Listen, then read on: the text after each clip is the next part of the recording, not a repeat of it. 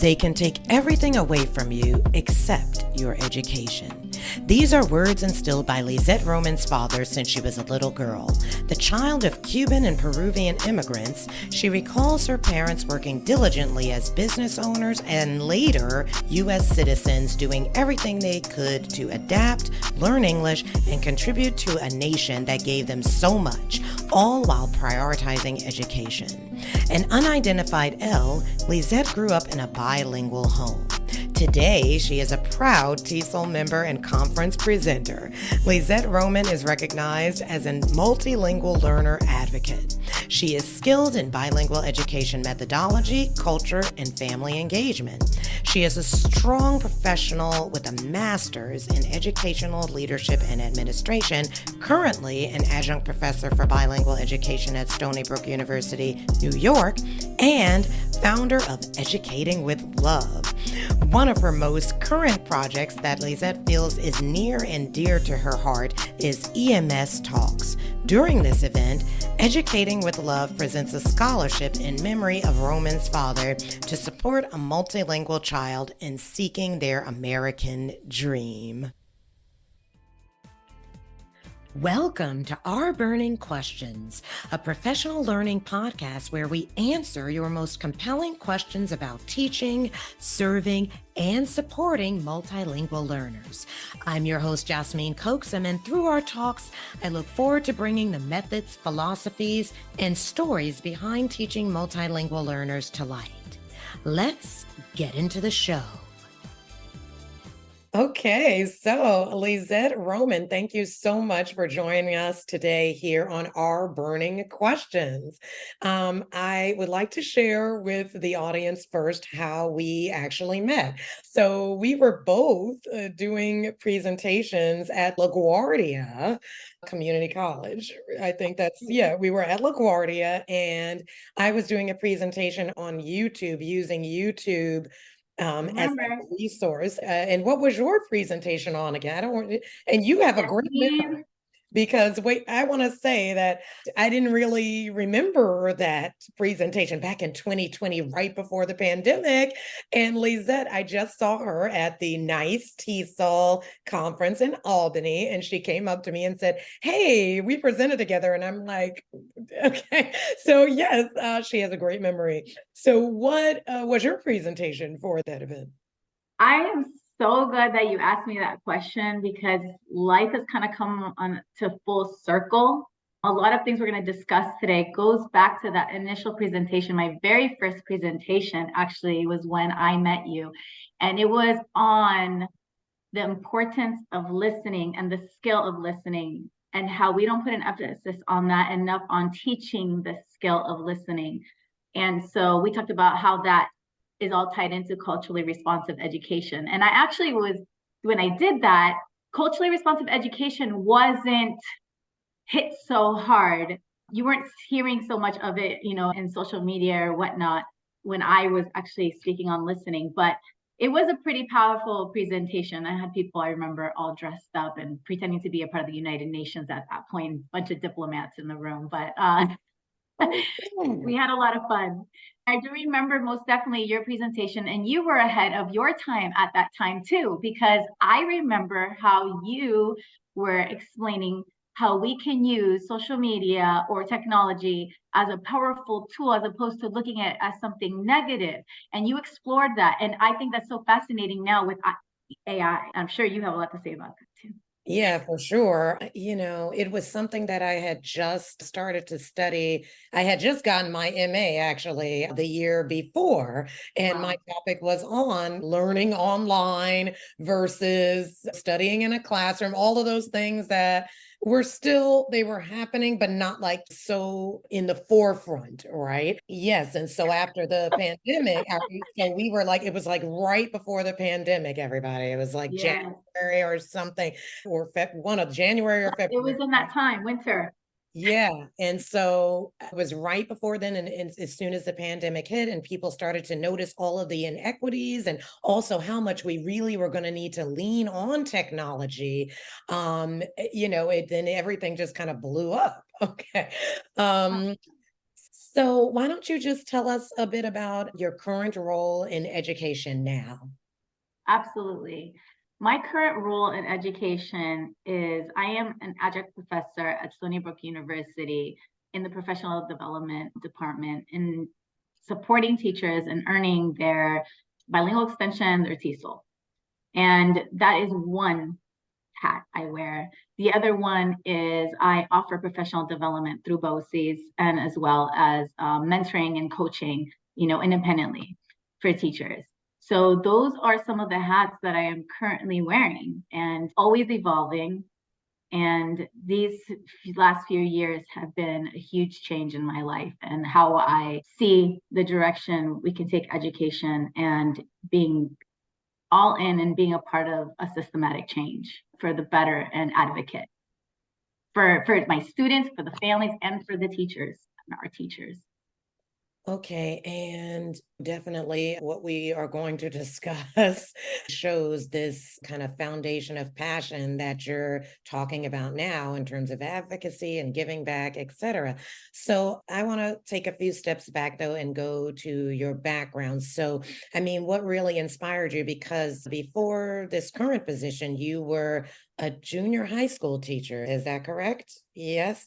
I was an educator, bilingual education for 8 years in a school of almost 20,000 students that were predominantly, bilingual, multilingual. I don't know the exact ratio of how many students are classified as ENL students, but it was a very beautiful environment, but also an environment where there were many challenges in supporting our students and supporting them and having the right mindset as to how we're going to support one another and the students.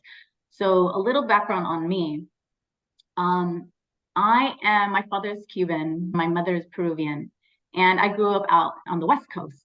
And growing up out on the West Coast, automatically you speak Spanish, you are Mexican.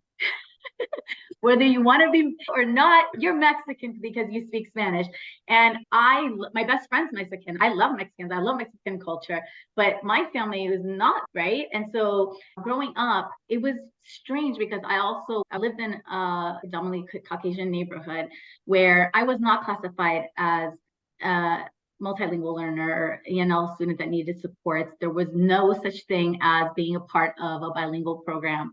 And I think back, what would my education and my confidence have been like as a student if I would have had those academic supports? Yes, that look says it all. I think would have been so different. Not to say I didn't have a great education. I had a wonderful education, I had wonderful and caring teachers, and I learned so much, and I was so proud to be where I was from. And however, I remember sitting in the classroom as a little girl and listening to my teacher go over vocabulary and think to myself, I don't know any of these academic words. I don't know, like, what are you talking about? We don't use these words in my house. But when I really dig deeper and think back, wow, if my teacher would have pointed out some of those cognates, I would have felt much more confident. So that is a little bit of my background as a child. But with that said, over time, and when I first started, this is embarrassing, but I'm going to share it. When I first started as a teacher, I was already a teacher for about 10 years when I started working on Long Island within bilingual education. I kind of fell into it. I needed a job. I had a girlfriend that said, we have an opening. You speak Spanish, get your bilingual extension. You're going to have an excellent job, excellent benefits. And I went for the interview. I was 9 months pregnant. I didn't think they were going to give it to me. And they did. And Wow. my mindset at that time, this is back to me saying what I'm embarrassed of. My mindset at that time was, we should not be accommodating any family or any student with translations. People should be learning English. I thought that they were doing a disservice. I thought they were trying to hold back my Latino community. Mm-hmm. I was like, they're holding our children back. Our children over here are not learning any English. They're not proficient. They're holding them back. How can they do this to us? I was actually angry, and I thought it was better at the time to push the English only. Mm-hmm. Mm-hmm. What ignorance. So much ignorance. Yeah. until I started taking my courses with Patricia Velasco. I love her. She's at Queens College. And I started taking my courses for my bilingual extension. Did my mind open up learning about Ophelia Garcia and translanguaging and all this research, all this current research that's shared, what I should have been receiving as a child. And boy, did my mindset change. And there I was now advocating for those bilingual programs. So that's a little background on me, on what inspired me to eventually become the bilingual educator that I am. Now, when you tell the story and you say that you're embarrassed, I mean, I feel as though it's not really your fault, right? You said that it was a level of ignorance, et cetera, but it's something that really was embedded through just what was going on in society at that time, right? When you were a child. And this is something, having grown up in the Bronx and being around a lot of Puerto Rican and Dominican students, people I went to school with. And I didn't understand when they would say that they don't speak Spanish. Right. Like I would be shocked, like, aren't you? Well, you're Puerto Rican or you're Dominican. What do you mean you don't speak Spanish? I don't understand. Okay. But now, of course, I realize it's because speaking Spanish was looked at as a deficit, right? And it's like what's coming out of your mouth should be English, and that's the way you're going to be successful, and that's the way you're going to move forward. And so I understand, of course, the mindset that you had at that time, right? And again, not your fault. Want to, yeah, and I'm so glad you shared that. And I am 100% about embracing. When my family came here, they embraced and were so proud, and it's in my biography, becoming an American citizen and what does that mean, and living their dream, and appreciating the opportunity they have here. And that comes with also learning the language. But I also want to point out, I've learned just recently traveling to Europe, I think it's something like 2/3 of the world speaks more than two languages, or two languages or more, Oh, if I'm yeah. not mistaken. It's something of the like. So we should be embracing the idea. This is my mindset now. We should be embracing what we know, our home language, and use that home language to support and expand our minds to learning a second language, but utilizing both and appreciating the bilingual mind and encouraging. The reality is that some stats, according to the National Education Association, by 2025, 1 out of every 4 students in the United States will be an English language learner, multilingual learner. That's some heavy stuff. I mean, So yet there is a statistic that you also threw out. I was going to mention this later, but now that we are on numbers, okay, this was like a social media post of yours when you were talking about an upcoming EMS Talks session, which we are going to dive into. But when you posted information about the event, you also mentioned the statistic with this question. You said, did you know there are a total of 148,933 enrolled L and ML students in the state of New York? So for me, this is really quite an impressive number. And I was wondering when I saw that, like, oh, is that as of this year? Like, is that this year's numbers, last year's numbers? And then I wanted to just ask you, hearing a number like that, what do you think that this means? Like, what kind of alarms might go off in the heads of K through 12 educators in terms of what should be done due to these numbers? I am so glad that you asked that question. I think that we need to dig deep on two spaces as an educator. One, our mindset. Our mindset is huge, like I just explained. Being a culturally responsive educator is huge. And I'm not talking, when I say culturally responsive, I am not talking just about race, about what we think when we hear the word, we might think when we hear the word culture, food, and religion. Culture can be so many things. There's a culture within someone's neighborhood. There's a culture within just, it goes deeper. There's a culture within a school. So culture just means so many things. So when I say culturally responsive educator, I'm talking about being in tune with your community, digging deep, doing your due diligence to better understand who it is that you're working with. In the business world, you're doing sales and marketing, you have to know who your audience is. Teachers, we are salespeople. We have to know who our audience is to sell our product. Our product is education, right? So that's one. Next is methodology. So what are the methods? What are the tools, the strategies, and the methods, and the most current research that we have in our pocket? We need a lot of tools that we have to support our students, to support our teachers, right? Because so many of our teachers are working so hard, and our administrators, but we need to be consistent with our professional development. And I cannot emphasize enough to my teachers, don't wait for anyone to do it for you. I started to become a stagnant teacher. When I met you, Jasmine, is when I had one administrator. It only takes one person that snapped me out of that stagnant phase. I was getting so used to and so comfortable to just receiving my paycheck and knowing I was going to get a paycheck and just rolling with the punches. But I had talent. And that one administrator said to me, I sense your passion. You're doing amazing things. And she recognized my efforts, and boom, she said, you need to run with this. You need to share the things that you do. And I stopped being that stagnant teacher. And I didn't wait for my district to give me professional development.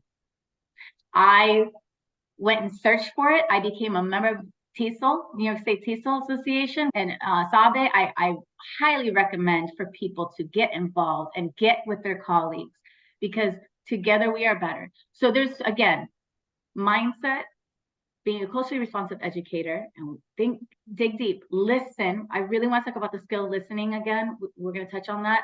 And then knowing your latest research and keeping yourself educated and continuing your education so you will not become that stagnant educator. Look for your mentors. Okay, so there are so many really powerful things that you said there, in terms of education being our product and in terms of teachers being salespeople. That's not really a concept I think is really strong in this field. So, Right. yeah, but yet it is something that we should consider, right? Something that we should be thinking about, because yes, okay, what do? We educate. So that is the tool that we have that we need to be able to hone appropriately, right? Depending on who we are in front of. Now, what you talked about in terms of professional development, in terms of someone noticing your talent, and then that kind of bringing more out of you. This has been something that a few guests on this podcast have mentioned, in terms of that person that really sees you and that notices that you have much more to give than even maybe you notice yourself, right? And so in terms of professional development, I think it's a good time now to go into educating with love. Yes. And so tell us a little bit about educating with love. What is the mission? When did you start it? Just to dive into it a little bit for us. Thank you. And going back to someone that there are so many people that have been supportive along my journey in my life. Going back to that moment, that one administrator that came in to speak with me, there are many, but I want to give her a shout out. Paula Ribeiro, and as well as Wanda Rivera Ortiz. They really pushed me to be better. And my team, I have to mention these people. Couldn't do it without them. Celine Joel, my team where I work, Maria Mendoza, and Lismila Cabrera. I have to mention these people. They were my backbone. When you are an educator, and there's moments you want to cry. There's moments you want to cry for the families. You want to shake it out of the kids, and you know they got it in them, and you don't know what else to do, and you don't know what tools to get out of your pocket. These people have been there for me. But touching back on being those sales people going into the business, the reason why I mention that is because sometimes in education, we hear from our mentors in education, but sometimes you need a different perspective. I come from a family of business people, I'm not a business, I never consider myself a businesswoman. They love numbers. That's what drives them. Money, it's a drive, right? They love that. And so when I start to interact, I started to become of a network of women. I want to notice them too. Babes in Business of Long Island and Latina Business Network. They also were powerful women that made me look at education in a different light. What do our children need in the real world? What do these business people do day to day? And what are the skills that they have under their belt to succeed? And how can I use these tools in my world? Because sometimes our approaches as educators aren't working. Right. And then let's dive into educating with love. We need to give purpose. And you need to have goals.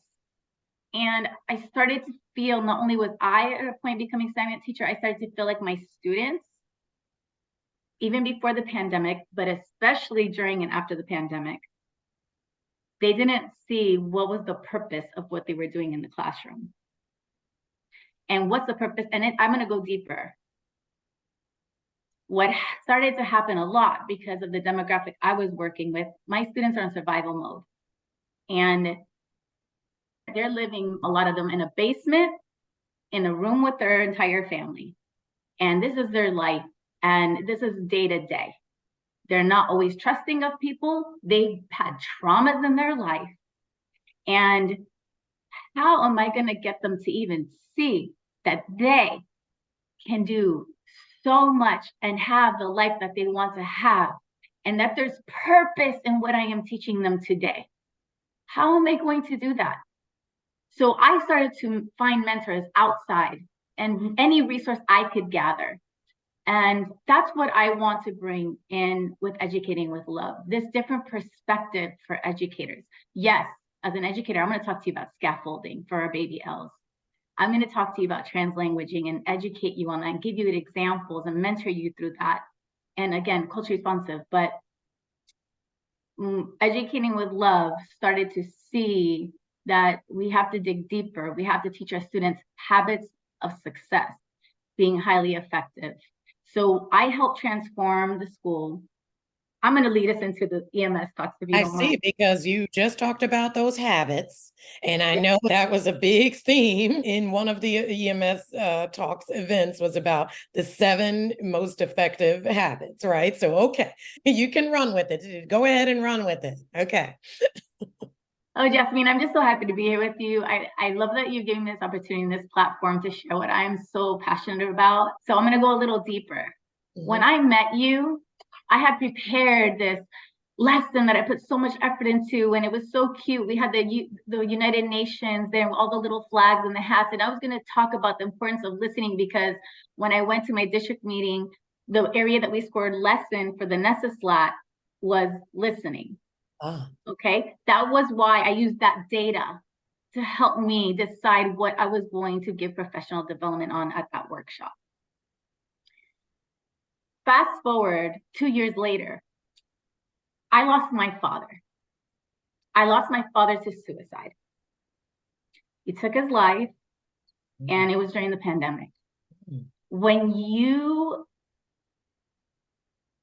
deal with the trauma so deep, so much with the stigma, where family still doesn't talk about it, and then you walk into a classroom where children are wearing their hoodies covered, faces covered, looking down at the floor. I started to research, and I started to think, what happened to my dad? My dad was an immigrant. My dad was fixated on the news during the elections. My father dealt with the trauma of being in communist Cuba, where a dictator came and completely changed their lives. Yes. And I'm not talking, I don't want to get into politics. What I do want to say is my dad's reality when he was fixated on the TV, and in his mind, it's over. We have COVID. I'm locked up in here, and I see a president that I think might be affecting our nation a certain way. It takes them back. And my father would call me, and I think I'm sharing a lot of very personal things, but I think it's important to share stories. Storytelling is powerful, which I'm going to get to a little bit more. But I started to research and try to think back. My father would call me at times and he would want us to listen. And we're so caught up in our lives, my siblings and I. And not to say we didn't listen to my father, but my father called me a few times and I know he just wanted someone to listen. And the more research I did, I learned the statistics. According to the American Foundation for Suicide Prevention, one of the number one ways you can help someone prevent suicide is just that, being a listener, an active listener, and not one that wants to speak over someone or say what they want to say when they're listening to the other person. Being a true listener. And the reason why I think the statistic is important to mention is because the third leading cause for 10 to 14-year-olds in this country is suicide. It's the second cause for death for 15 to 24-year-olds in this country. Suicide is. So these numbers are the ages of my babies in middle school when I was teaching during the pandemic and after. And babies that have extra traumas because they're new to this country, their families are in survival mode. Okay? I had a different perspective on life at that very moment. And I had pain, Jasmine, a lot of pain. And the only way I felt that I can make a very do something impactful for my school's culture and advocate for my students and live on with my father's dream, because he's the reason why I became an educator. He used to tell me the only thing anyone cannot take from you is your education and your faith. And I wanted to keep my dad's memory alive. And I thought to myself, I'm going to create a legacy for in remembrance of my father. And that's how EMS Talks was born. I read a fantastic book. You won't be able to see it, but it's called Talk Like Ted. Okay, yes. I remember you mentioning this somewhere in one of the intro videos or something during my research of EMS Talks. Yes, okay. Yeah. I was on the airplane reading Talk Like Ted, and it's a phenomenal book. It was about what are the things that TED Talk speakers do to engage the audience, to make that impact, to make their speech powerful. And oh my gosh, there's so much involved. But one of the number one things is being an excellent storyteller to connect with your audience and to be passionate and to be a great listener. And I thought things fall into place. We're going to get everyone in the community nearby the district where I worked, and I'm going to get people involved and to share their journey, their secrets to success with my students, and let my students know that there are people there that care about you. They want to mentor, they want to share. So many people want to mentor and want to share. Sometimes they don't have the avenue on how to do it. And so I had over 50 very successful professionals, alumni of the district, which I think is very important. People from out of state, from 500 Fortune companies come, and I tapped into my personal circle, those networks I had joined, and I just tapped into all my resources. And boy, did people want to come be with our students. And when my students saw that people took the time out of their day, it's not a career day. It's a day of sharing ideas and students sharing their ideas. And boy, do ideas bring freedom and opportunity to listen and be heard. If sharing these ideas, you're being heard. And it's so powerful. And go ahead. Yeah, no, there are a number of things that I would like to just highlight from what you were saying. So first, I definitely appreciate you sharing such vulnerability. And I think you mentioned storytelling, right? The importance of storytelling and sharing your story. And that, of course, goes hand in hand with listening, right? So, you have your story. Everyone has, right? A story.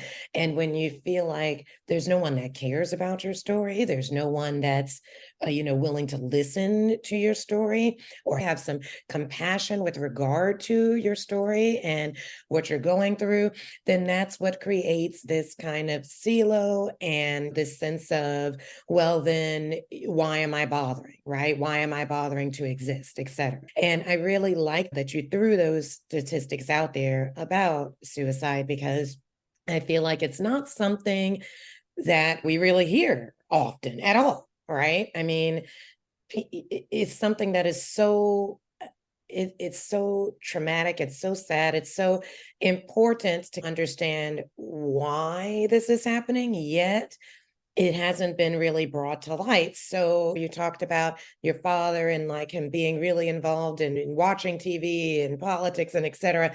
And what if when you're watching TV, you learn these things, these statistics about what's happening with students, what's happening in our schools, and then you feel like, okay, I really need to be able to do something to help this situation, right? Or at least you're more aware of the situation. And when you see students walking from middle school or from elementary school or whatever it is, perhaps a friendly hello or something like this, because you're aware that they could be going through something. Right.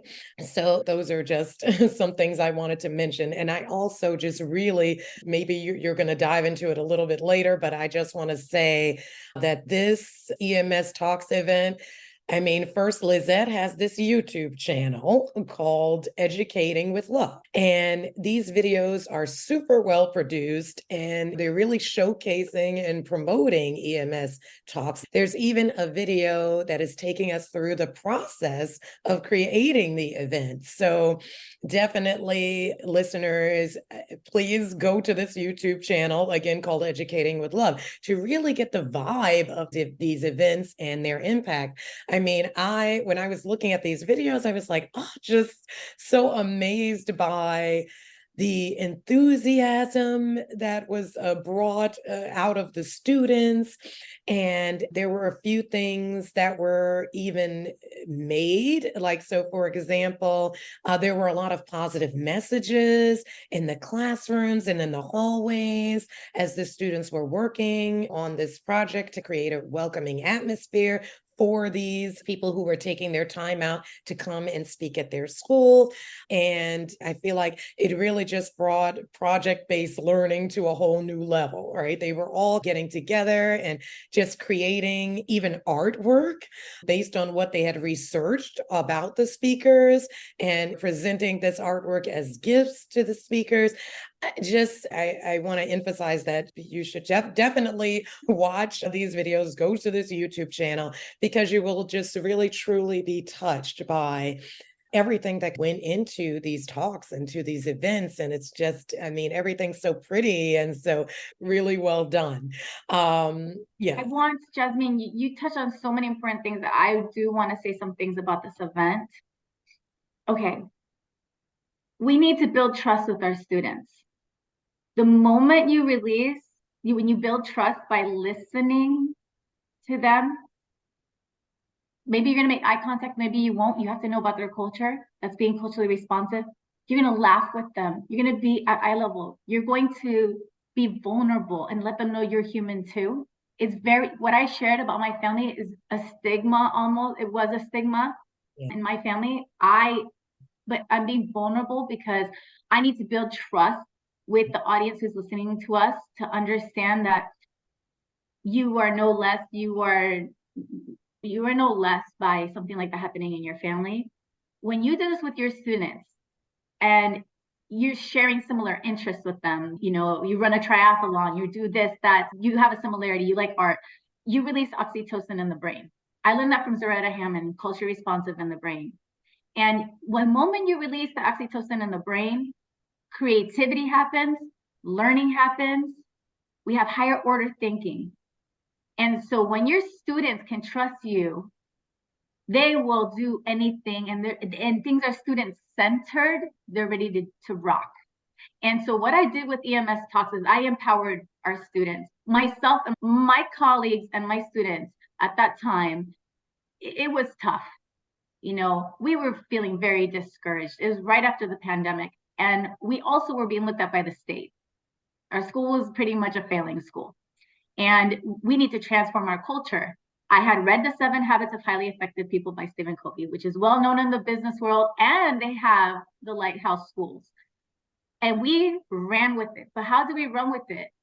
We had a project, a big project to take on, not led by the teachers, led by our families and our students, and teachers and administrators, everyone, and community members had a role in this huge EMS Talks project.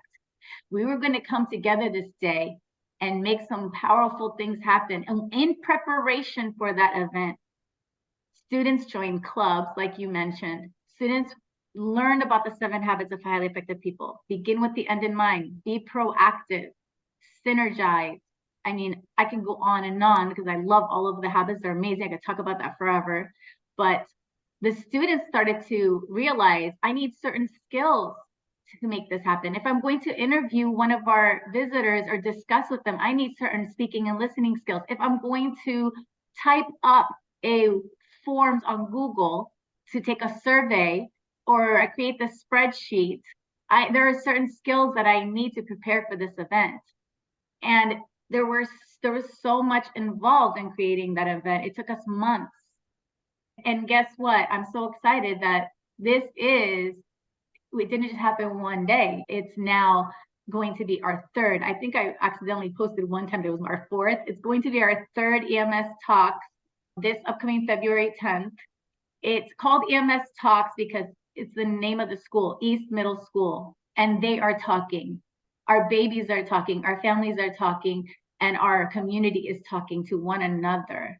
And so we just want to get bigger and better. And my greater goal as the founder of Educating with Love and the founder of EMS Talks is I want to see this happening at schools all over the nation. I'm dreaming big. And I want to encourage, and that's why it is up on YouTube, the process. And if anybody needs coaching on making this process happen, that's why I'm here. That's a part of Educating with Love as well.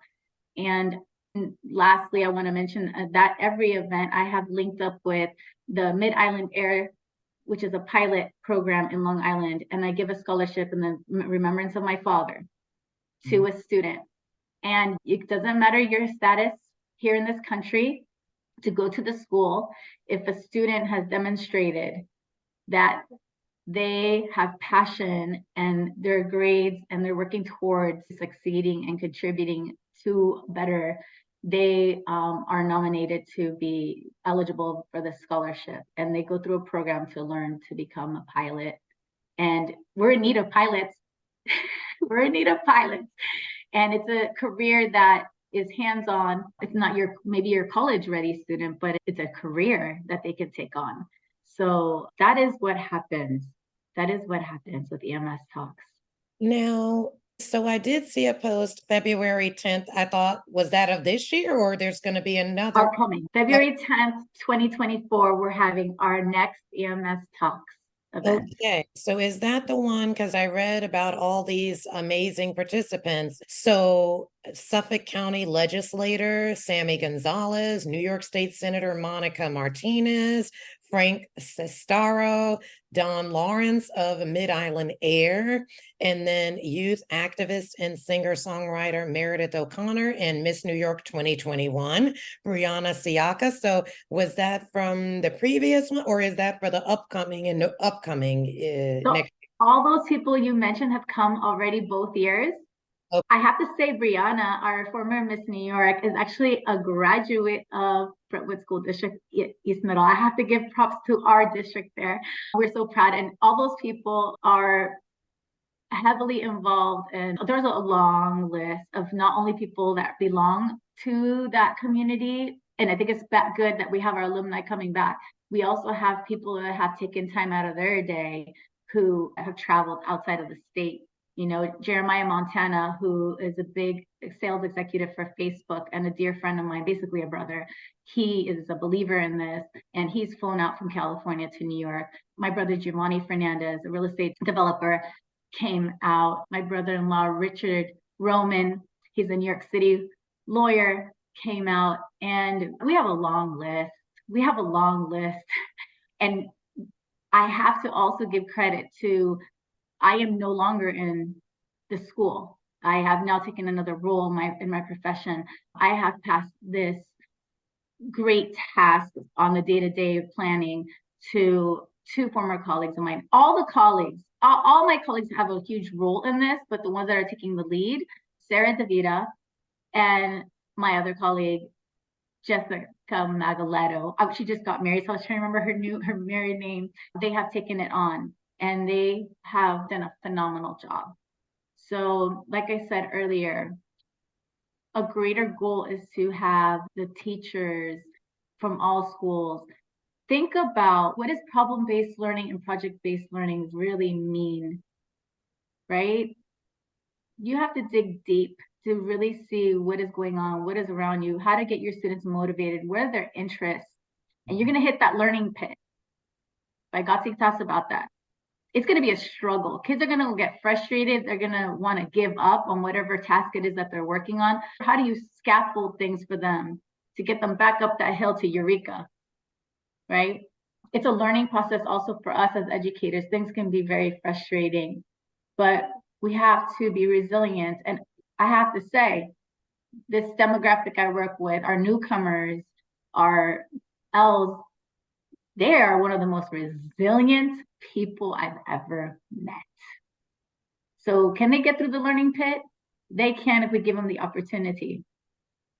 Okay, now I also want to talk about another event that you have coming up soon. It's with the Eastern Suffolk BOCES. It's an all-day professional development workshop focused on methods of engaging multilingual learners through a culturally responsive lens. So I'm looking at these dates, December 5th and 6th. Can you tell us a little bit more about this upcoming event? Most definitely. Thank you. So I'm working closely with BOCES in Eastern Suffolk County and Long Island. And I'm one of the consultants for their network, which has been phenomenal to be working alongside these amazing other educators. My specific professional development workshop is geared towards having that culturally responsive mindset. How do we help? Because it's one thing if you tell someone, oh, what does it mean to be a great listener? Everybody raise their hand. What does it mean to you? What does it mean to you? Okay, now listen to this and we're going to have a discussion. Get in your groups, think, pair, share. We got to go deeper, everyone. Don't assume your students know how to have a conversation. Don't assume your students know how to be an excellent listener. You have to go through all the motions and tips to help them succeed. So I have created, you can find on my Teachers Pay Teachers account, I have created an activity and a template that provides a guide with discussion sentence starters, and both in English and then in Spanish, so that when you have to model with your students, to sit down and a lot of modeling and showing, how do I have this back and forth interaction with someone? What do I do when I run out of things to say? How do I keep the conversation going? How do I encourage someone to elaborate? So there's certain vocabulary, including cognates, on this template that I've created to teach the students the skill of listening and discussing. So that is something I'm providing in my workshop. Another thing that I am providing the workshop are things of such like, how do we get students to release dopamine in their brain so that they want more from you? Because when I read Zaretta Hammond's book about culturally responsive and the brain, the science, it brought me to a whole new other level as an educator. I feel like there were things I was doing in my classroom that I would be like, oh, that works. Oh, cool. But you know what? When you understand what's happening in this brain, and why it's working, then you know you're being more of an informed educator, decide I'm going to do more of that or I'm not doing more of that. So how do we get children to be curious, to be creative, right? So what are some things that we can do to engage our students? And those are the things that I talk about. And I'm going to be talking about scaffolding. How much is too much scaffolding? When should you scaffold? At what level you should scaffold? Things like graphic organizers, thinking maps that lead into writing, and sentence starters versus, sentence stems. What else did I want to share with you? There was one other thing I wanted to share with you. Making things comprehensible, the storytelling. So those are all things that we are going to be sharing and learning about at the PD. Now, I'm curious, is this an in-person event or a virtual event? In person. It is in person. So to sign up, you can sign up through My Learning Plan. If you're an educator in New York, My Learning Plan is how teachers can sign up for this. I am also available to provide coaching for any other school district that is interested in contracting me, as well as one-on-one coaching for someone that doesn't want to wait for their school district. They can just contact me and I can provide mentoring and coaching as well. So yes. Because I'm wondering access, like if someone can't make it in person, will it be recorded? Or is it going to be like an annual type of a PD event? Well, you're giving me some ideas now, Jasmine. Listen, I have my website that's going to be officially up. It's up, but it's going to be official by January, where I do have some good ideas about providing some courses where people can, on their own, take some courses for themselves live or asynchronous. So thank you for asking that. It's in the works.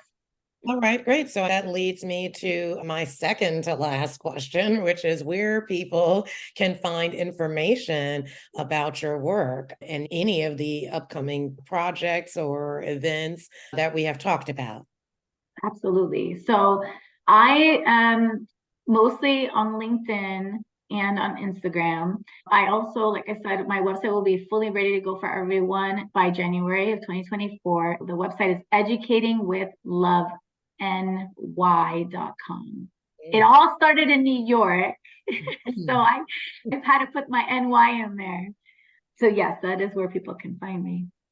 Okay, great. And so finally, you have thrown out just so much food for thought, so much really for us as educators of L's, of ML's, of pretty much everybody, right? As educators of all children to really think about. But what would you say is one burning question that today's educators should consider to improve their service to the L or the ML community? I'm going to do a little storytelling and in answering that. It's going to take me a minute. Fantastic. I was reading Talk Like TED and mentions of a man named Dr. Ernesto Ciroli. He is a renowned economic development expert. He went to Africa when he was 21, and his goal was to teach villagers about agriculture in southern Zambia, and they wanted to grow tomatoes. They grew all these beautiful tomatoes. They were gorgeous, and they started to get ripe. And one morning, when they were ripe and beautiful, overnight, about 200 hippos came out from the river and ate them all. And my God, they were so upset. The hippos thought his team, and the Zambians from the village were laughing. And they said, yes, that's why we have no agriculture here.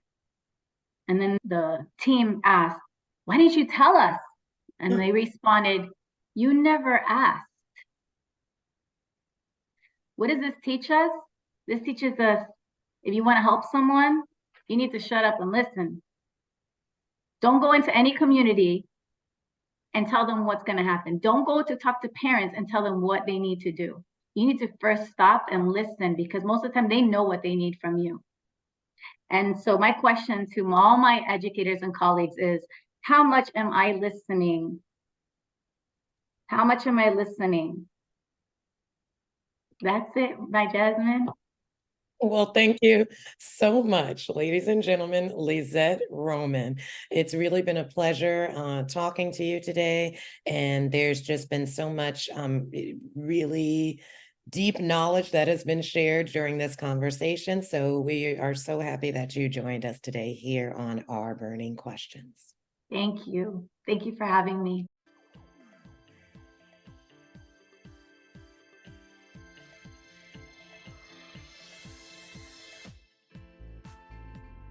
Thank you for tuning in to Our Burning Questions, produced by Mid-State Auburn at OCM BOCES.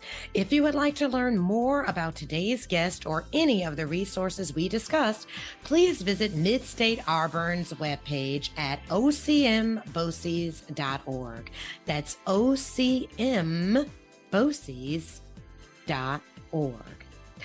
Join us next time, where we hope to answer more of your burning questions.